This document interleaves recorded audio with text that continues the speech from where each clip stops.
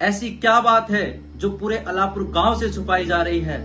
पहले आप ये वीडियो देखिए। ये जो बोतल बनाई जा रही है ये और कहीं नहीं दोस्तों, ये अलापुर गांव के अंदर बनाई जा रही है। आखिर डार्क जोन होते हुए भी चंद पैसों के लिए पूरे गांव के पानी को क्यों दांव पे लगाया जा रहा है? क्या इस बार भी अलापुर गांव की फैक्ट्री का मुद्दा जसवंत द्वारा उठाया गया है? और इसमें जगजीवन सरपंच की क्या भूमिका है? क्या केंद्रीय भूजल विभाग द्वारा पूरे अलवर शहर को डार्क जोन में डाला जा रहा है? क्या ये कंपनी पूरी तरीके से गैरकानूनी है?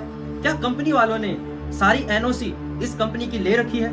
अगर हाँ, तो इस कंपनी के मालिक द्वारा गांव के कुछ दलालों को पैसा क्यों खवाया जा रहा है? अगर आप थोड़ा सा दिमाग लगाएंगे तो आप ये जान पाएंगे कि अगर कंपनी पूरी तरीके से लीगल है तो ये कंपनी लोगों को पैसा क्यों खिला रही है? और आखिर इस कंपनी को बंद कराने में किसका फायदा मुद्दा उठाया जा रहा है? वो भी पैसे खाने के लिए उठाया जा रहा है। आखिर कौन है वो लोग जो इस कंपनी को बंद करा सकते हैं? और आखिर कौन है वो लोग जो इस कंपनी के मालिक से मिले हुए हैं? और क्यों इस कंपनी को बंद कराने का कोई समाधान है या नहीं? आप अलापुर गांव से हो और आप अपनी ईमानदारी से पैसा कमाते हो और कहीं ना कहीं पे आप किसी का बुरा नहीं चाहते हो, तो आप खुद को, अपने परिवार को और इस गांव को अगर जल संकट से बचाना चाहते हो तो हम इस वीडियो के अंदर जितने भी सवाल हैं उन सभी का जवाब देने का प्रयास करेंगे। तो चलिए दोस्तों, बिना किसी देरी के शुरुआत करते हैं। वाकई में ही समस्या पानी की है, और अगर समस्या पानी की है, अगर कोई व्यक्ति इस समस्या को मजाक में ले रहा है तो उससे बड़ा कोई मूर्ख इस दुनिया में नहीं हो। अगर मैं आपसे कहूं कि आपके जो कुएं का पानी है, जो बोरिंग का पानी है, वो दिन प्रतिदिन नीचे की तरफ जाता जा रहा है, तो आप क्या करोगे? उस पानी को हिसाब से खर्च करोगे या फिर किस बाहर का व्यक्ति है उसको अपने पानी को बेचने का प्रयास करोगे? तो देखिए दोस्तों, अलापुर गांव में ऐसा ही हो रहा है। वहां पर पूरा अलवर शहर डार्क जोन के अंदर आ गया है और उसके बावजूद जो वहां पर फैक्ट्री है वो डेली अलापुर गांव में एक कंपनी 24 घंटा पानी का दोहन कर रही है। क्या आपको नहीं लगता है दोस्तों कि ये कंपनी को पूरी तरीके से बंद करा देना चाहिए?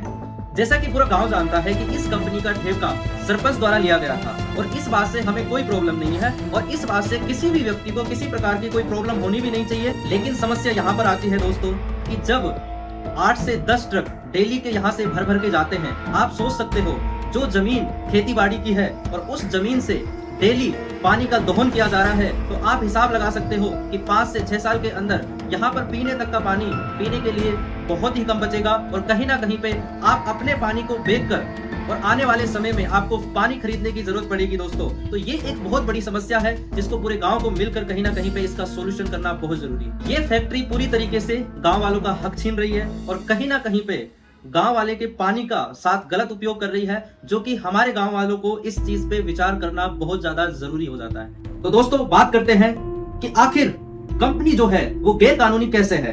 देखिए दोस्तों, कंपनी ने जो जमीन है वो खुद के नाम तो करा ली है, लेकिन जो ये जमीन है वो कृषि के लिए है, लेकिन उसको उद्योग के नाम से अभी तक भी उसको नहीं कराया गया है। और ये जानकारी आपको इसका जो जमाबंदी है उसमें आपको देखने को मिल सकती है। जो आप वहां पर जमाबंदी देखोगे वहां पर आप देखोगे कि किसी भी प्रकार की इस कंपनी को कोई भी परमिशन नहीं दी गई है उद्योग करने के लिए। पूरा अलवर डार्क जोन के अंदर आता है और केंद्रीय भूभाग जल बोर्ड की जो नई गाइडलाइंस है उसमें सीधा लिखा गया है कि कोई भी डार्क जोन के अंदर किसी भी प्रकार की जो पैकेजिंग फैक्ट्री है जिसके अंदर पानी बनाया जा रहा है वो बिल्कुल पाबंद है। जो हमारा उमरेन है वो पूरी तरीके से डार्क जोन में है और हमने जब भूजल अलवर विभाग जाकर पूछा तो उन्होंने सीधा कहा कि यहाँ पर किसी भी प्रकार की कोई फैक्ट्री जो ऐसी है जिसके अंदर वाटर बनाया जा रहा हो और पैकेज किया जा रहा हो, ऐसी किसी भी प्रकार की कंपनी को यहाँ पर खोलना पूरी तरीके से गैर कानूनी है दोस्तों। और मैं बात करूं दोस्तों, यहाँ पर पूरी तरीके से 24 घंटा पानी का दोहन किया जा रहा है, पानी निकाला जा रहा है और उसी के साथ साथ में यहाँ पर ध्वनि प्रदूषण, मतलब कि आप देखते हो जो आसपास में घर बसे हुए हैं वहां पर जो कंपनी की आवाजें आती है रात में, जिनसे कई लोगों को सोने में प्रॉब्लम आती है, खास करके बच्चों को तो ये प्रॉब्लम सबसे ज्यादा हो रही है। तो इस तरीके से ये कंपनी पूरी तरीके से गैरकानूनी है दोस्तों और इस कंपनी को बंद होना चाहिए। आखिर इस कंपनी को बंद कराने के लिए हम क्या क्या कर सकते हैं, मतलब कि इसका समाधान क्या है? तो देखिए दोस्तों, गांव के भविष्य के लिए हम सभी को एकजुट होना पड़ेगा और भ्रष्ट प्रशासन को जगाना पड़ेगा, जो कि पैसों के बल पे उनको पैसे खिला खिलाकर कहीं ना कहीं उनके आवाज को दबाया जा रहा है, तो कहीं ना कहीं उनको हम जगाकर, एकजुट होकर उनको जगाकर इस कंपनी को बंद करवा सकते हैं। और कहीं ना कहीं जो कंपनी के मालिक है, जो गैर कानूनी से उसने अपनी कंपनी स्थापित की है, कहीं ना कहीं उसको भी हम कानूनी रूप से कहीं ना कहीं पे उसको भी हम सजा दिलवा सकते हैं दोस्तों। और अगर मैं बात करूं इस जमीन के अंदर, आज तो हम पूरी तरीके से खेती बाड़ी कर पा रहे हैं, लेकिन अगर ये कंपनी 5 साल तक रही तो आप यकीन मानिए दोस्तों, इसमें हमें पानी पीने तक का पानी नहीं मिलेगा। तो दोस्तों, हमें जरूरत है, हमारी जो युवा पीढ़ी है उसको संगठन करने की जरूरत है। और कहीं ना कहीं पे आपको भी पता है कि ये देश है जो पूंजीवाद की तरफ आकर्षित हो रहा है, और कभी भी एक पूंजीवाद देश कभी भी नहीं चाहेगा कि ये कंपनी बंद हो। और आपको पता भी होगा दोस्तों कि इसको बंद कराने का प्रयास किया गया है, लेकिन यहाँ पर जो बड़े बड़े अधिकारी हैं जैसे कि कलेक्टर, उन तक को इस कंपनी द्वारा, मालिक के द्वारा पैसे खवाए जा रहे हैं, तभी ये कंपनी बंद नहीं हो पा रही है दोस्तों।